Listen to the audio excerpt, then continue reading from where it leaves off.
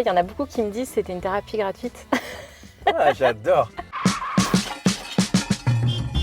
Thaïs, pourquoi tu es officiante de cérémonie? Ah purée, tu vois, je me disais, mais il va me poser cette question, qu'est-ce que je vais dire? Et je vais faire l'analogie avec moi. Enfin, j'ai pas fait un seul métier. Je suis entrepreneur, j'ai eu 1000 casquettes et j'en ai encore des nouvelles. En fait, moi, je me suis rendu compte là, je faisais des exercices avant toi, qu'en fait, mon père était cet exemple en fait, et je l'admirais pour ça. Ouais. Parce que il était partout et il faisait tout. En tant que petit enfant, c'était important pour moi en fait. Donc voilà ma question. Enfin, qu'est-ce qui fait que aujourd'hui, Thaïs, tu as envie d'être cette personne qui unit les gens? Mais du coup, c'est un peu lié à mon parcours aussi, mine de rien, parce que moi aussi, j'ai eu multiples casquettes. Ma maman, elle dit que je suis un couteau suisse. Couteau suisse, j'adore.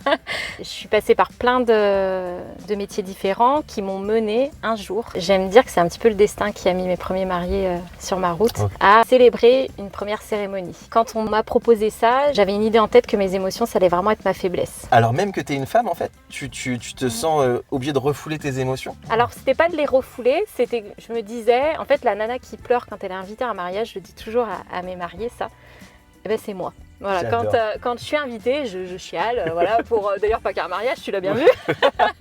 Pour moi, en fait, c'était pas possible de faire une cérémonie laïque puisque j'allais pleurer. Et du coup, j'en ai discuté avec mes premiers mariés et Christophe m'a dit, mais nous, à Thaïs, on a assisté à une cérémonie laïque où l'officiant c'était un robot.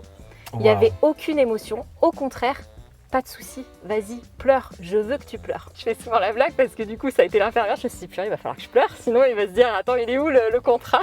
Mais j'ai pas pleuré. Et est-ce qu'il y avait de la place pour ces émotions-là dans ton ancienne vie, si on peut l'appeler comme ça, ton ancienne vie? Oui, bien sûr, T'as toujours pu faire de la place pour ça, donc c'était pas... Ouais, je les vivais parfois trop, moi j'ai été gendarme adjoint. Ouais, on t'a reproché tes émotions? Non, on me les a pas reprochées, c'est moi qui ai compris qu'elles étaient trop... tu vois, dans le métier de gendarme, c'était pas possible. J'étais beaucoup trop touchée par ce que je voyais, il y a beaucoup de trucs sociaux, tu sais, dans la gendarmerie, et ça me bouleversait beaucoup.